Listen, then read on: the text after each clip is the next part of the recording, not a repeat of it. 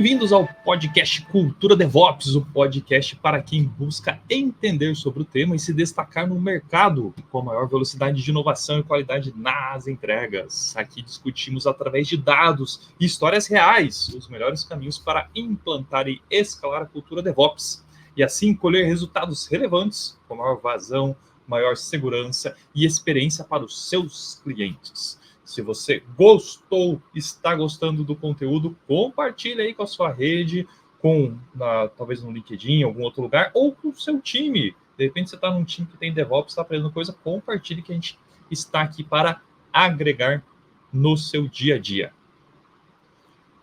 Fala galera, sou o Wagner Fusca, estamos aqui para mais uma edição especial aqui, uma edição onde a gente vai falar de livros. Já falamos de Accelerate, demos uma pincelada, um livro que a gente entende que é uma base muito importante para trabalhar com DevOps. E aí a gente tem outros desejos de vários outros livros, como Tintopolis, Projeto Fênix, mas hoje vamos falar de um livro muito interessante, vamos trocar uma ideia com o autor desse livro, e eu quero chamar aqui Leonardo Alexandre Ferreira Leite. Boa noite, Fusca. Olá, tudo bom? Beleza? Bem-vindo ao Ótimo. podcast aí, Cultura DevOps. E me contaram aqui que você tem um livro bem legal, mas antes disso, deixa eu apresentar. O Leonardo, ele é pai do Dante, ele é desenvolvedor de software na Serpro e doutor em ciência da computação, acho que é pela USP, se eu não me engano. Falei certo, Leonardo? Isso. Boa, legal. E também autor do livro Como se faz DevOps. Mostra aí para quem estiver vendo o vídeo. Como se faz DevOps. Casa do Código. Excelente. Eu achei bem legal o subtítulo do livro, né? Organizando pessoas dos silos aos times de plataforma. Muito legal isso, hein? E aí, vamos trocar uma ideia sobre o livro? Me diga assim, como que se faz DevOps? Como é esse livro? Conte pra gente aí. Já falou que está disponível na Casa do Código, né? Para quem não conhece, uma excelente editora com muito conteúdo maravilhoso, né? Bom, primeiramente, antes disso, agradecer o convite. Estou muito contente de estar aqui e muito honrado que na série de livros deles, né? O primeiro foi Accelerate, o segundo já é o meu já, que realmente estamos contentes de poder estar conversando sobre o livro. Vamos lá, então. Como se faz DevOps? A verdade é que não tem um jeito, tem diferentes jeitos. E a gente partiu, esse livro é baseado na minha pesquisa de doutorado, né? O que é uma pesquisa? É quando você tem uma dúvida sobre como funciona o mundo e você quer ir lá descobrir o que acontece. Então a gente tinha essa dúvida, pô, será que DevOps é... Porque tem gente que fala que é uma pessoa só, ou é uma equipe DevOps, ou então é a colaboração entre equipes. E, às vezes, no mesmo artigo, no mesmo texto, a gente via visões diferentes, um pouco conflitantes, mas que o pessoal tratava como um detalhe, mas isso a gente queria entender direito no sentido da organização das pessoas, né? Como que os times se organizam, os papéis se organizam, porque tem gente que minimiza isso, mas na hora que você está lá na empresa, você tem que tomar essa decisão de como as coisas vão ser, né? Quer dizer, alguém tem que tomar a decisão ou essa decisão tem que ir emergindo coletivamente que seja. Mas e aí a gente descobriu que na verdade não tem uma forma só de fazer DevOps, tem pelo menos algumas aí em voga no mercado. E isso, né, considerando as que existem. Ainda, né, pode ser que venha a haver mais que não existem ainda, né? Mas a gente vai falar sobre as que existem no livro de forma bem detalhada e bem didática também no livro. Muito bom. E já criando aqui algumas provocações e direções na tua visão, Leonardo. Qual o alvo que o DevOps deve alcançar? Assim? Para que tem que ter DevOps? O que você trabalhou e na tua pesquisa foi descobrindo? Vamos lá, polêmicas. Não tem uma definição consensual de DevOps, então qualquer definição que a gente dá é polêmica, mas temos uma definição, que é baseada principalmente na visão que a gente viu dos artigos científicos, do que eles abordavam. E assim, a base do DevOps é a colaboração, isso é que muita gente fala, então a colaboração entre equipes diferentes, não ser só amigo teu comportamento tribal, ser amigo da sua turma, da sua equipe, defender os seus, mas realmente colaborar com os outros por um objetivo maior, mas o que a gente põe que talvez difira um pouco, né, que também não é uma coisa tão aberta, se não tudo é DevOps, qualquer tipo de colaboração é DevOps, você perde um pouco o foco. Então, o objetivo, o foco dessa colaboração que é promover a entrega contínua. A entrega contínua, que é a capacidade de entregar software continuamente. E aí não basta você entregar software continuamente, tem que entregar software com qualidade, que é o software ser correto e confiável. Então, a gente diz que o DevOps é a colaboração, né, entre diferentes equipes, diferentes setores de uma empresa, para promover a entrega contínua com qualidade.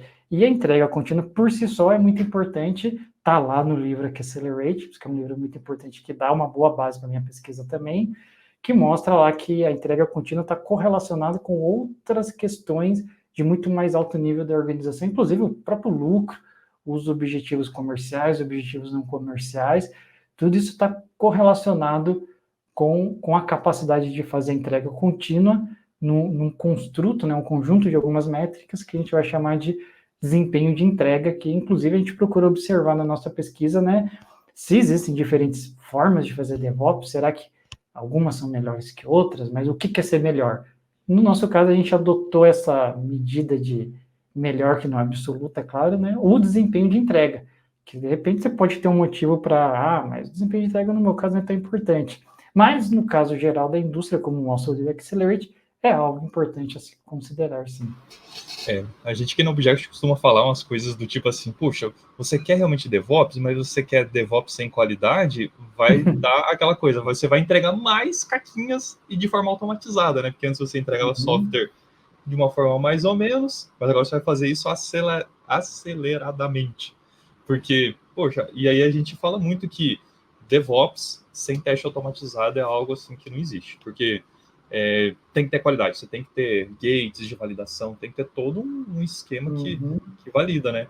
E como DevOps, de fato, a gente já viu algumas coisas na prática, e o Accelerate, como você falou, fala muito bem sobre isso, né? A gente começa a ter uma empresa de muita performance, né? Onde você começa a ter inovação, experimentação. Eu gosto muito de imaginar que o DevOps é isso, né? Cara, ele habilita uma série de coisas. Aí, se você quer perseguir essas coisas, com o DevOps você tem um caminho aberto. Ou pavimentado, talvez, né?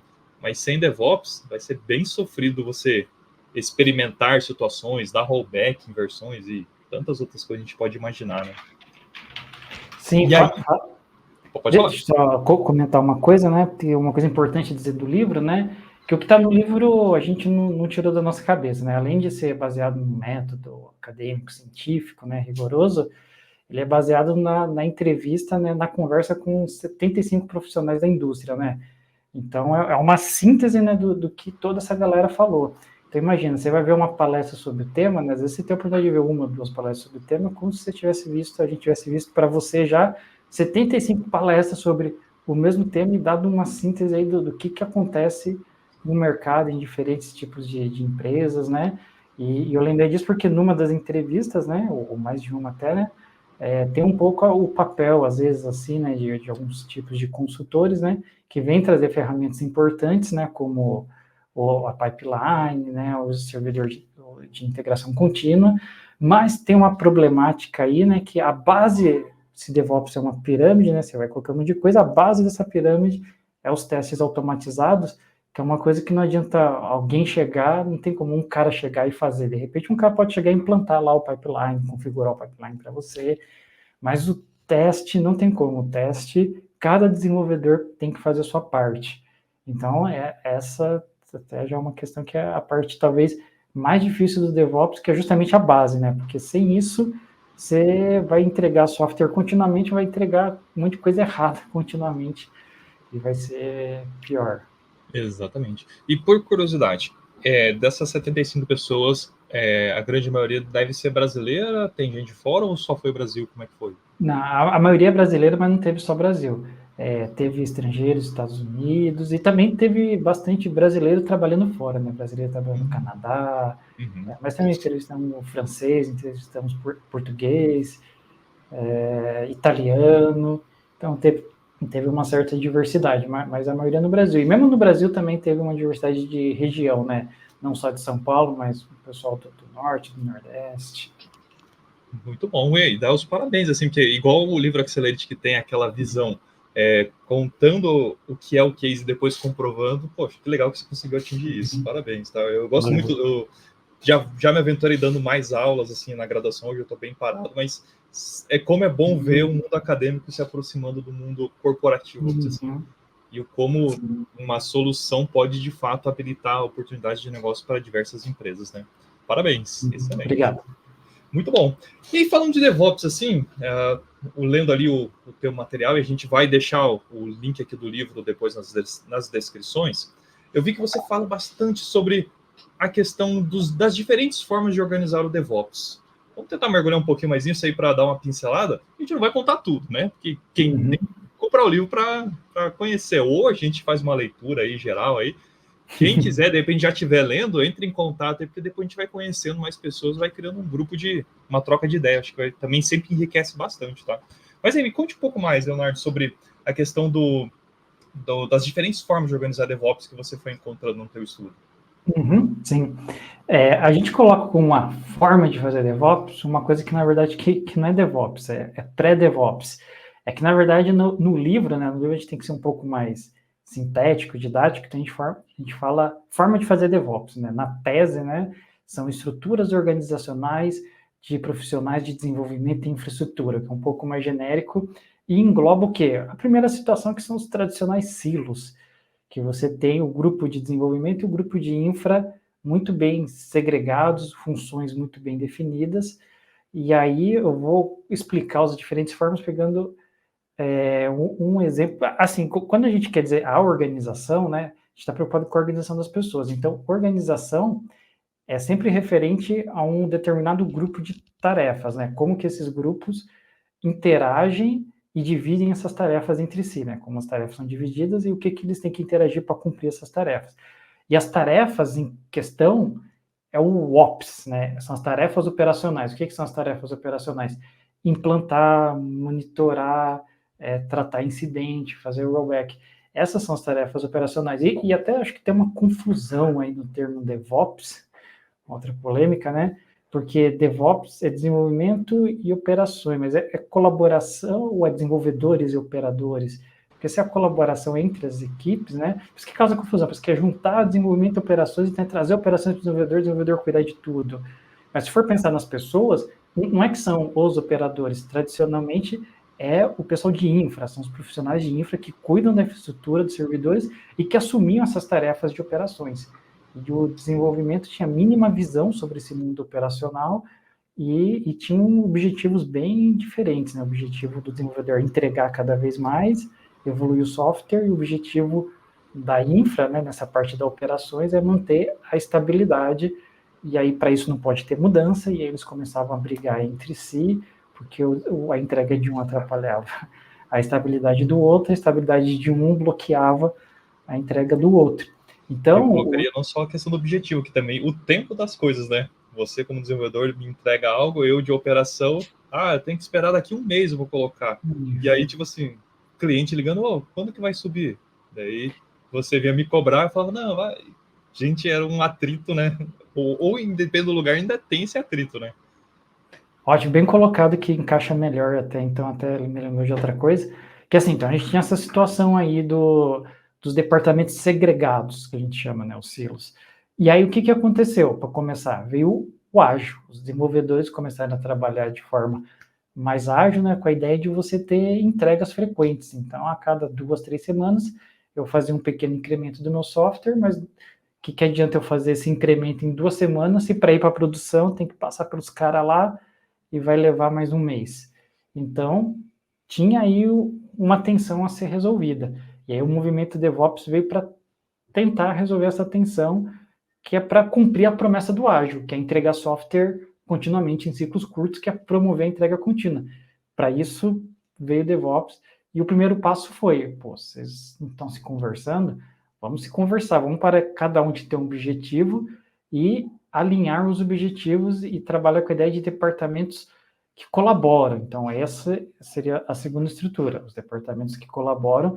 Então, pegando o caso de um incidente, né, quando tem um incidente, ainda é o pessoal de infra que é o responsável pelo uptime, eles que vão olhar tentar resolver o incidente primeiro, reiniciar a máquina, mas se tiver algum problema, eles vão chamar os desenvolvedores vão colaborar e eles vão lá no chat ou sala de guerra que seja, trocar ideia para resolver o problema, e eles estão com isso, né? Tinha alguém lá que falava lá, né, que os entrevistados, não importa qual é a sua área, se a empresa está perdendo dinheiro, né, o sistema está fora, está perdendo dinheiro, todo mundo está sofrendo com isso, né?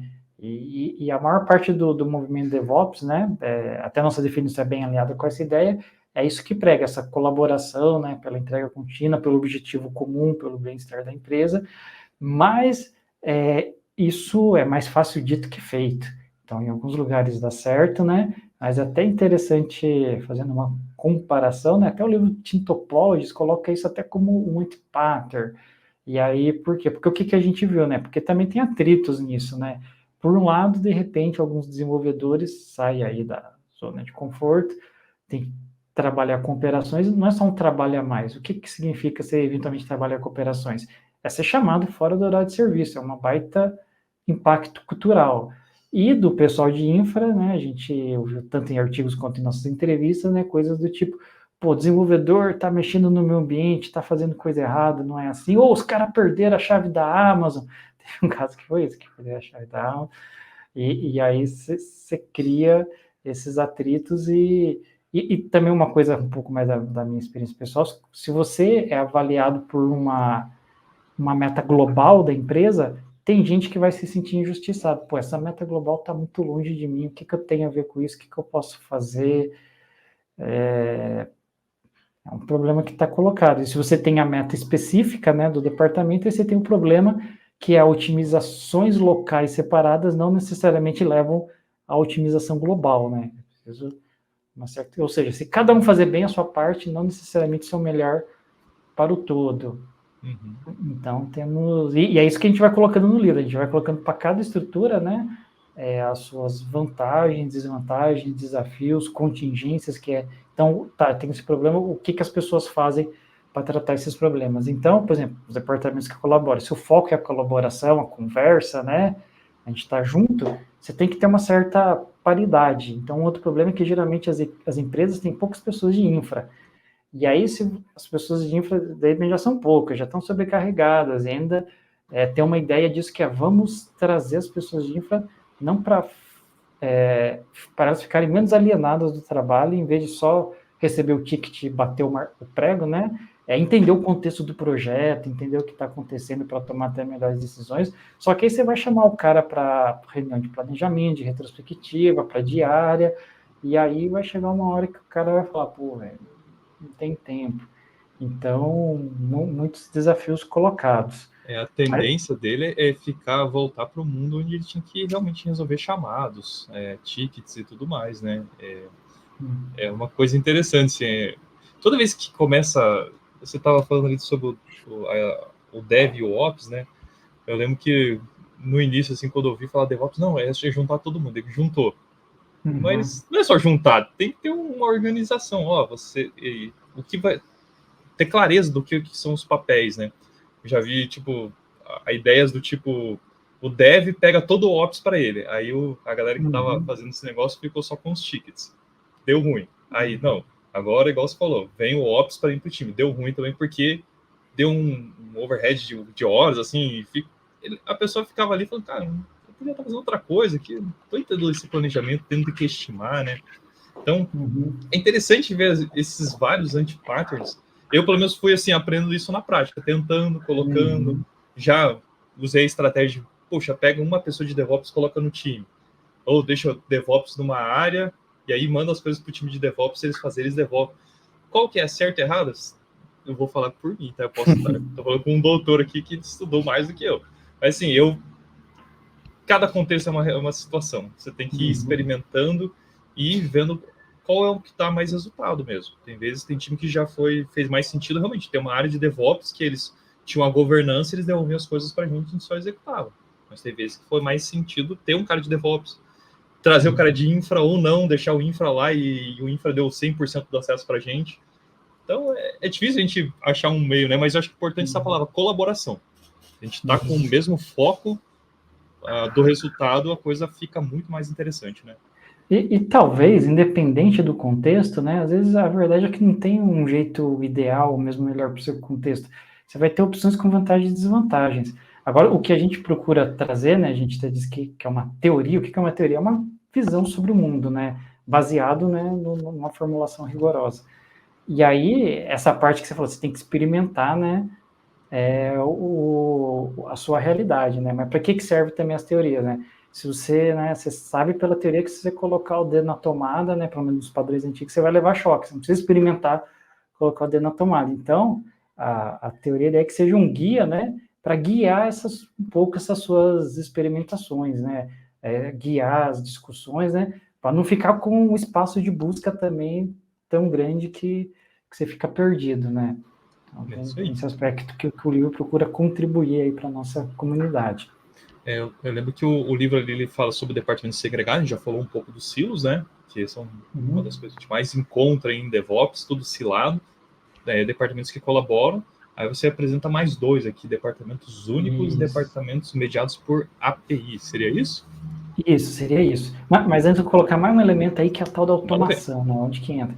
Porque eles começaram a colaborar, né? E aí a colaborar, procurar soluções, né? E interessantemente, né? Uma solução que foi encontrada e que vingou e que também por um lado virou sinônimo de DevOps é a automação da infraestrutura, né? E aí isso foi uma coisa que mudou muito, né? Então você colocou o pipeline lá e você chegou a tal ponto que bastava apertar o botão para fazer o deploy.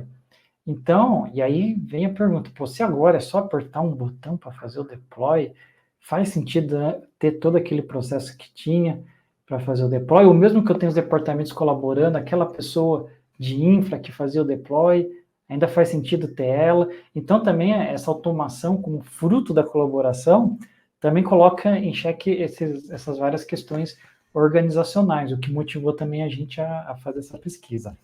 Mas aí, voltando então para uma outra opção, né, que é realmente uma coisa que muita gente entende como DevOps, né, que é pega o Ops e deixa com Dev, e principalmente em pequenas empresas, startups, né, que você não vai ter a pessoa de infra. E aí a infra, né, é muito comum que fique por conta da nuvem, né, a nuvem, principalmente a nuvem pública, a Amazon, é uma grande maneira de terceirizar a infra. Só que a verdade é que não é tão simples, porque a nuvem facilita muito, mas mesmo para usar a nuvem, você tem que primeiro escolher uma nuvem. Tem meia dúzia, é pouco do ponto de vista de mercado geopolítico, mas para você que é o profissional já é muita opção. E aí, pô, vou escolher a Amazon. Tem 600 serviços lá, 1000 maneiras de combinar esses serviços. Então, eu já vi nas nossas entrevistas, né, não era nem questão da Amazon, mas, por exemplo, o Kubernetes, os caras usavam o Kubernetes. Também não é tão simples, né, pegar, ou tem gente que reclamava que o Kubernetes da Amazon era caro, né, então você pode aliviar essa coisa da infra, né, mas na verdade às vezes é caro também, assim, pode ser que no primeiro momento seja mais barato, né, e aí o outro que estava usando o Kubernetes, ele mesmo que era desenvolvedor, tinha que dar conta do Kubernetes, também falar, pô, eu sei que tem vários probleminhas aí, mas não dá, não tem como dar conta de tudo, porque eu também tenho que desenvolver. Então, fica difícil de se dedicar a cobrir os gaps, né? A questão da especialização. Se você tiver um cara que super manja de desenvolvimento de infra, e todos os desenvolvedores manjarem de infra, muito que bem, mas é muito fácil falar. O mercado quer desenvolvedores que saibam infra, que saibam machine learning, que saibam UX. Bem completo, né? E com vários anos de experiência, agora com IA, com não sei o quê. E que aceite ganhar pouco. Tem isso também. Você trazendo o lance das várias nuvens, é legal pensar assim, que, poxa, às vezes quando você está numa empresa, uma startup, todo o custo é muito bem controlado, porque senão o startup já quebra, né? Mas assim, às vezes em alguns lugares, como tem gente que cria alguma estratégia de DevOps, aí deixa a nuvem na mão de alguém que não tem tanta experiência, aí você só vê o cartãozinho, a fatura crescendo no cartão. Aí no mês que vem, dói o bolso, assim. Aí começa a ter uma mudança de comportamento. Por isso que é importante conhecer bem a nuvem que você está usando, né? Mas esse aspecto do que a gente chama de departamento único, né? Esse único departamento para o dev que cuida do Ops, né? Às vezes tem até uma pessoa dedicada de infra, né, no meio dos devs, mas isso acho que é mais raro. uma questão, né? Geralmente, empresas grandes, né, se preocupam muito com uniformização. Eu não quero que cada equipe faça de um jeito, mas se você quer colocar um padrão entre as equipes, isso vai trazer algum tipo de sobrecarga de coordenação, de pode, não pode, como é que fez lá, como é que define essas regras. Então, algumas empresas que prezam mais, talvez, por inovação, e para ter inovação você tem que dar mais liberdade para as pessoas, elas preferem deixar mais solto, e aí é um contexto que calha bem essa questão dos departamentos únicos, né, que cada departamento, que às vezes pode ser uma equipe, né, ou até um grupinho de equipes, vai ter a sua própria filosofia de infra, que não necessariamente precisa ser igual. Isso se aplica principalmente quando a empresa é realmente muito gigante, as big techs, né, porque aí realmente é muito difícil você querer impor padrão. Talvez o padrão da Amazon seja só que você tem que usar a Amazon, você não vai usar o Azure, mas fora isso, né, numa empresa realmente tão grande, mas mesmo em empresas menores, né, mas que sejam grandes, né, vale a pena se perguntar, porque assim, que tem essa preocupação, tem, os gestores são bem preocupados, principalmente com uma questão, se você trocar o fulano de equipe, tem o tempo dele aprender as coisas novas, não pode, mas sei lá, eu vejo os jovens aí, eles a cada 2 anos trocam de emprego, né, muda muito mais as stacks do que você mudar de equipe, então será que realmente é uma preocupação tão válida? É um ponto bem interessante, bem pensado. Nunca tinha pensado por esse lado. Assim. É isso aí. A gente fica muito engessado em várias ferramentas, né? Eu vejo assim que o DevOps, em alguns momentos, eles ficam. Parece que é tão sofrido, ainda por mais que tenha DevOps, fica tão sofrido em soltar software, daí você fala assim, cara, puxa, estamos saindo de uma ferramenta, sei lá, vamos pegar uma coisa um pouco mais antiga, um Jenkins, puxa, vamos lá para um GitHub Actions. Cara, não é para ser tão sofrido, né? Você tem diversas técnicas, infras a code e várias outras aí para isso, né? Mas, cara, você tem que ter um ambiente de experimentação, né? A gente vai voltar assim, eu vejo que DevOps é muito de experimentar, você vai criando pequenos partes, experimentando, não é ter a colaboração, a gente tá focando bem mais na colaboração aqui, mas cara, é para experimentar e entregar software mais rápido, pequenas partes, e também experimentar novas soluções, né, cara? Por que não? Se a nuvem A tá aqui, vai para B e assim vai, né? E às vezes a empresa quer inovação, mas não quer dar ambiente livre para as pessoas experimentarem. Esse é um outro problema. Daí o que acontece? A pessoa vai lá, faz um projetinho dela à parte no GitHub da vida lá e fala, pô, olha que coisa legal. Então, eu sei que às vezes tem governança, tem algumas questões, algumas mega empresas aí mundiais, aí a governança vem de fora. Não falando disso, mas se você tem liberdade e consegue, até, aí fica como sugestão, você que trabalha com DevOps e tem dificuldade, cria um pequeno projeto e venda isso. No sentido de, puxa, eu fiz um case aqui, olha só, fiz em casa, um módulo, vou apresentar para um diretor, Claro, você tem que ter iniciativa. Você muda o ambiente que você está e torna ele melhor. Porque se você tornar esse ambiente melhor, você vai ter menos trabalho. Pense nisso. Esse é o nosso trabalho com TI. Né? A gente cria soluções que ainda não existem muitas vezes, né? Isso aí, mostrar serviço para conquistar. E a quarta forma de fazer DevOps, que a gente chama de departamentos mediados por API, ela envolve os tais que é a hype dentro do DevOps, né? Que eu entendo que é os times de plataforma, às vezes as pessoas usam a hashtag Platform Engineering. E por que isso aí é mega importante? Além não é só simplesmente uma tendência nova, mas pegando aquela ideia do desempenho de entrega, né? A gente observou que essa estrutura é o que trouxe melhores resultados de desempenho de entrega para as empresas que adotaram. No que consiste, então? Essa discussão toda também é sobre uma tensão, a tensão de especialização e interação. Idealmente, seria bom você ter pessoas bem especializadas, que manjam bem do que faz, e que uma conseguisse passar o serviço para a outra sem muita interação. Na fábrica é assim, né? Vai fazer alfinete, né? Um lá, aperta lá, só põe na esteira, passa para o outro. No software não é assim, né? Lá nos silos, né? A analogia era da fábrica. Mas a passagem de bastão não é tão simples. Você tem um monte de script para subir o programa, você tem um monte de detalhe, tem que passar a configuração, e aí a coisa não era tão reprodutiva, dava erro. Então, e aí vai mexendo com isso. Então, no começo, né, a analogia era da fábrica, você queria ter máxima especialização, porque máxima especialização é mais produtividade, as pessoas que manjam mais do que fazem, então vão fazer as coisas mais bem feitas, mas tinha o problema da passagem de bastão. Então, vamos bagunçar um pouco a especialização para promover a interação, ou até o que a gente falou, que é só ter uma equipe, que é acabar com a especialização para mínima especialização para zero interação, não precisar ter interação.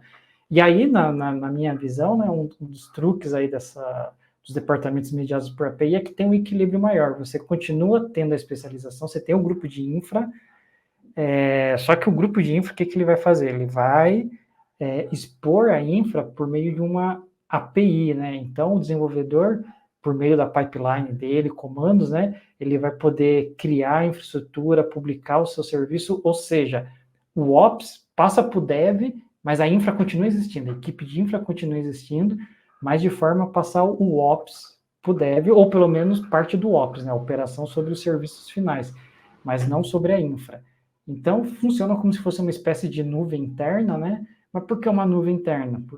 Porque é isso que eu falei, né? Só para você saber como usar a nuvem, não é fácil, é difícil, são muitas decisões. Então, nessa plataforma, várias decisões da empresa já são tomadas, ou seja, você tem uma padronização aí, né? Coisa que os gestores gostam. E também você coloca, um entrevistado chamou de guardrails, protetores, né? Para evitar que o desenvolvedor faça besteira, digamos, limitar as opções do desenvolvedor e que para o desenvolvedor, pelo menos em geral, né, talvez não sempre, enquanto estiver atendendo é bom, porque ele vai conseguir ter poder de domínio sobre a infra, com talvez pouca flexibilidade, mas máxima liberdade de operação, né, para poder usar e botar o serviço que importa. Então, e aí qual que é o ponto, então, você tem os grupos especializados, mas eles não precisam estar interagindo no dia a dia. Então, existe colaboração para momentos específicos. Pô, deu pau lá na plataforma, vamos chamar o time de plataforma para ajudar. Aí eu não sei usar a plataforma, me ajuda aqui a aprender a usar a plataforma. Mas não é uma colaboração diária, que nem era um pouco a ideia dos departamentos que colaboram, que todo dia a gente vai estar se falando, chamar para diária. Não, os caras da plataforma nem precisam ficar sabendo dos serviços que rodam, né? A punhada de serviço que roda, eu cuido da plataforma, não vou ficar olhando cada serviço, é cada desenvolvedor que tem, e a plataforma pode oferecer mecanismos, por exemplo, você aperta um botão e já instala lá o Prometheus com Grafana, para o desenvolvedor poder ele mesmo monitorar fácil, ou seja, o desenvolvedor usa essas coisas de forma fácil, porque o time de infra cuidou disso, mas pensando no serviço final, a operação dele é do desenvolvedor, e claro que tem desafios também, construir essa plataforma um produto, o pessoal de infra tem que atuar meio como desenvolvedor para construir isso, pensar como desenvolvedor, porque tem um produto, tem roadmap, backlog, prioridade, e para o desenvolvedor aquela coisa, né, ele está recebendo a operação, é uma responsabilidade a mais, que pode eventualmente impactar em mudar a rotina de ter que se preocupar em questões fora do horário de trabalho, e por aí vai, e na essência é isso, mas esse é um tema que eu gosto muito. Já dei até algumas palestras só sobre os times de plataforma, né? Então dá para falar bastante. Mas em resumo é isso, mas mais detalhes no livro também. Né? É isso aí, ó. Eu estava imaginando esse time de plataforma, o quanto ele tem um roadmap importante, assim, estratégico para a organização, de habilitar coisas, né? Se você pegar alguns métodos ágeis aí grandes, que vão falar de habilitadores, é muito disso, né? Você entrega algo para alguém que vai potencializar entregas, né? E como isso é importante, destravar, né? Quanto menos você depender e gerar atrito, sem perder o controle, e aí eu tô falando controle não é uma monitoria em cima da pessoa, é mais de fato uma governança, né? Poxa, o desenvolvedor vai ficar mais feliz, né? Vai ter mais fluidez na entrega, né? Isso, e a plataforma se aplica também o que você falou lá atrás da experimentação, né? Você vai fazer a plataforma, você começa ela pequena, com poucas funcionalidades, você vai colocar lá 1, 2 projetos. E aí você vai mostrar que esses 1, 2 projetos deram certo, os desenvolvedores que trabalharam nesses projetos ficaram super felizes, vão começar a divulgar a plataforma. E tem até um pessoal que comenta, né, que essa ideia de plataforma, ela não deve ser obrigatória. Isso é importante, o pessoal que promoveu, que inventou essa ideia, defende bastante isso, né, de ser algo compele, né, que os desenvolvedores queiram usar para melhorar a vida deles. Eu quero aproveitar esse momento aqui, ó, já vou fazer ao vivo, chamar o Leonardo para um bate-papo sobre plataformas, sobre esse modelo de plataformas. E aí, se até, Leonardo, se você quiser trazer alguém para dialogar, fique à vontade, porque assim, é um tema pouco falado, quando a gente começa a ler algumas literaturas, a gente vê, e quem está no dia a dia sabe que é um meio que a gente chega nisso e fala, cara, poxa, podia estar assim, e que legal ter o teu material. Então, gente, ó, mostra de volta o livro aí, Leonardo. Quem quiser conhecer... mais novo. Quem Inclusive, quiser conhecer... eu diria que, desculpa, mas sobre time de plataforma é o material assim mais... Em português não tem nada assim tão especializado e completo, né? Eu ia relatar isso, porque eu não lembro de material em português falando disso. Eu encontro em blogs, eu encontro coisa muito rasa, mas assim, a ponto de você falar, cara, eu vou conversar com alguém que trabalha na empresa tal, que eu sei que faz isso.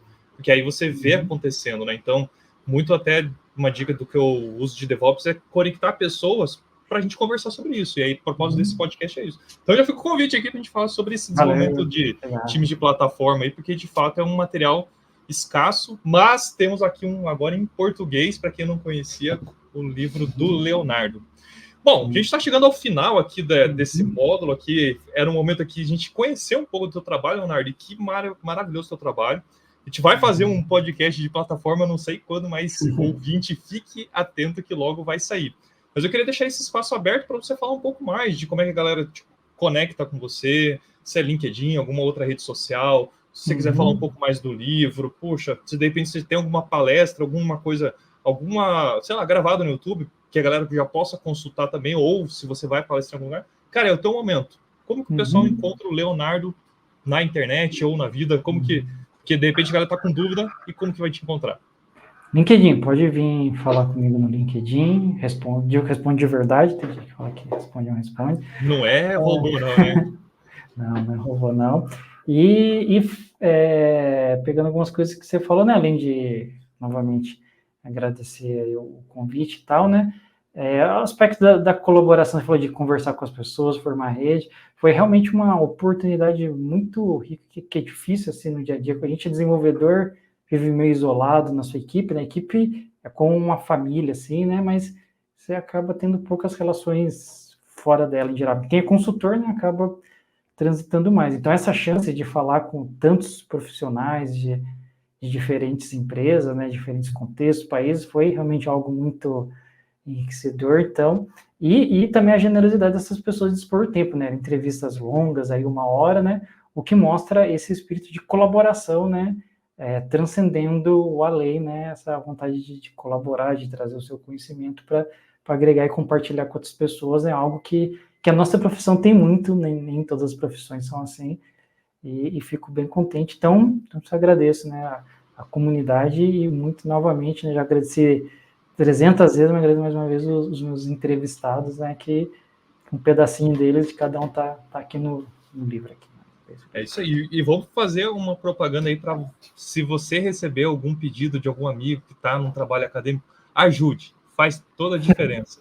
Como é difícil achar gente que responda um questionário para um TCC, ou para uma dissertação, para uma tese, né, Leonardo? A gente tem que valorizar mesmo esse pessoal. Uma anedota aí, né? Então, eu entrevistei aí 75 pessoas num congresso, estava conversando com uma, acho que era até chinesa, na verdade, mas trabalhava lá, fazia o doutorado nos Estados Unidos.